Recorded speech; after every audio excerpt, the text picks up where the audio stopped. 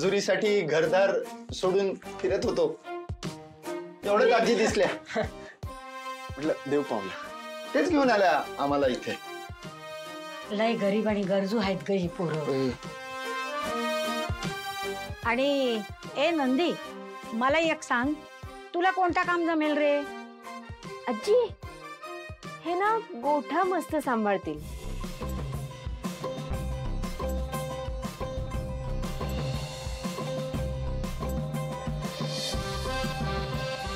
होय काय? होय ना नंदी? होय होय.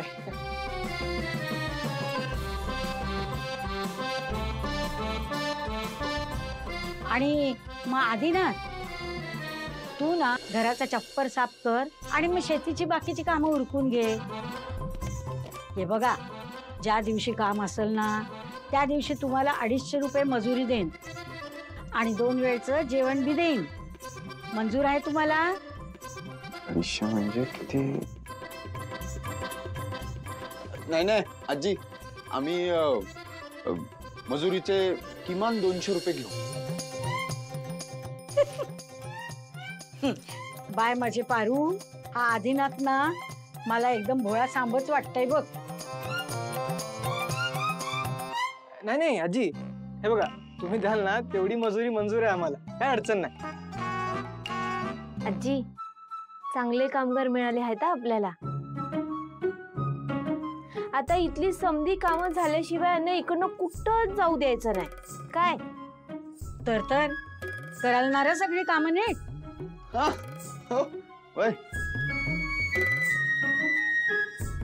गणी चल बाळा अंघोळीला. चल चल चल आजी, चल नाश्त्याचं बघूया.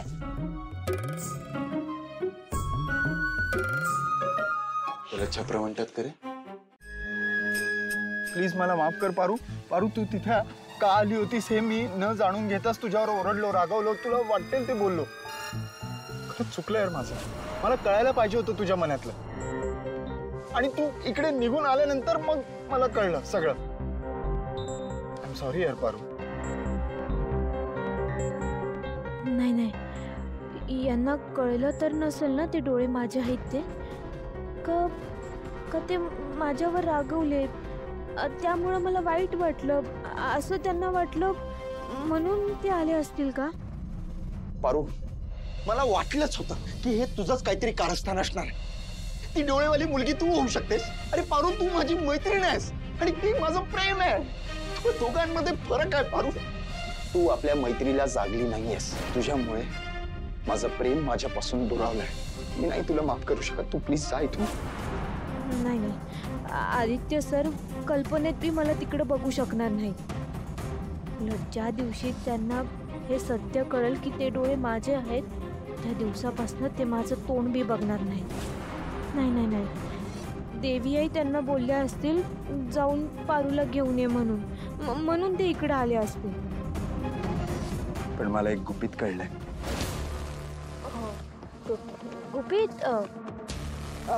कसलं गुपित? डोळ्यांचं गुपित. डोळे? कसले डोळे? आणि कुणाचे?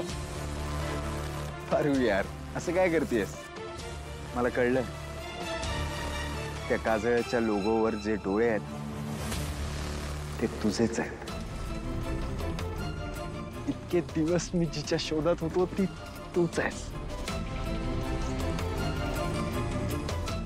पारू, तू इकडे निघून आली आणि मग मला सगळे पुरावे मिळाले. मला जर आधीच कळलं असतं ना मी तुला इकडे येऊच दिलं नसतं. पारू, असं खूप प्रेम आहे तुझ्यावर.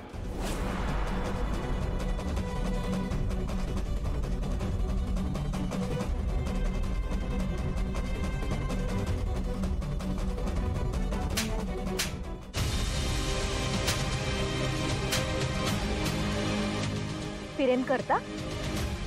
लाज तरी वाटते का तुम्हाला प्रेम म्हणायला? आदित्य सर, आपल्या मैत्रीच्या नात्याला पट्ट्या लावलंय तुम्ही. सर, तुम्ही असा विचार करता मी स्वप्नात सुद्धा विचार केला नव्हता ह्या गोष्टीचा. तुम्हाला कळत नाही का तुम्ही मालक तर मी नोकर आहे? आदित्य सर, नाही मला एक सांगा ना तुम्ही, हे मात्र खरं बोललीस तू. हे तुझ्या बोलण्यात ना तथ्य आहे. तसं बिझनेस करणं पण तितकं सोपं नाहीये, पण शेतीचं काम खऱ्या कष्टाचं काम आहे. म्हणजे बघ ना, असं एवढ्या उन्हातान्हात राबायचं, मला खरंच कमाल वाटते शेतकऱ्यांची. म्हणूनच आदित्य सर, आपण शेतकऱ्यांची आणि त्यांच्या कष्टांची किंमत करायला पाहिजे. सर, आपण जे अन्न खातो ना, ते आपल्या ताटात येईपर्यंत शेतकऱ्यांपासून समण्यांचे कष्ट लागलेले असतात.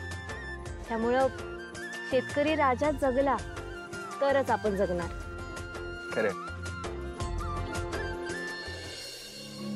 घ्यायचं लाडात आलात का?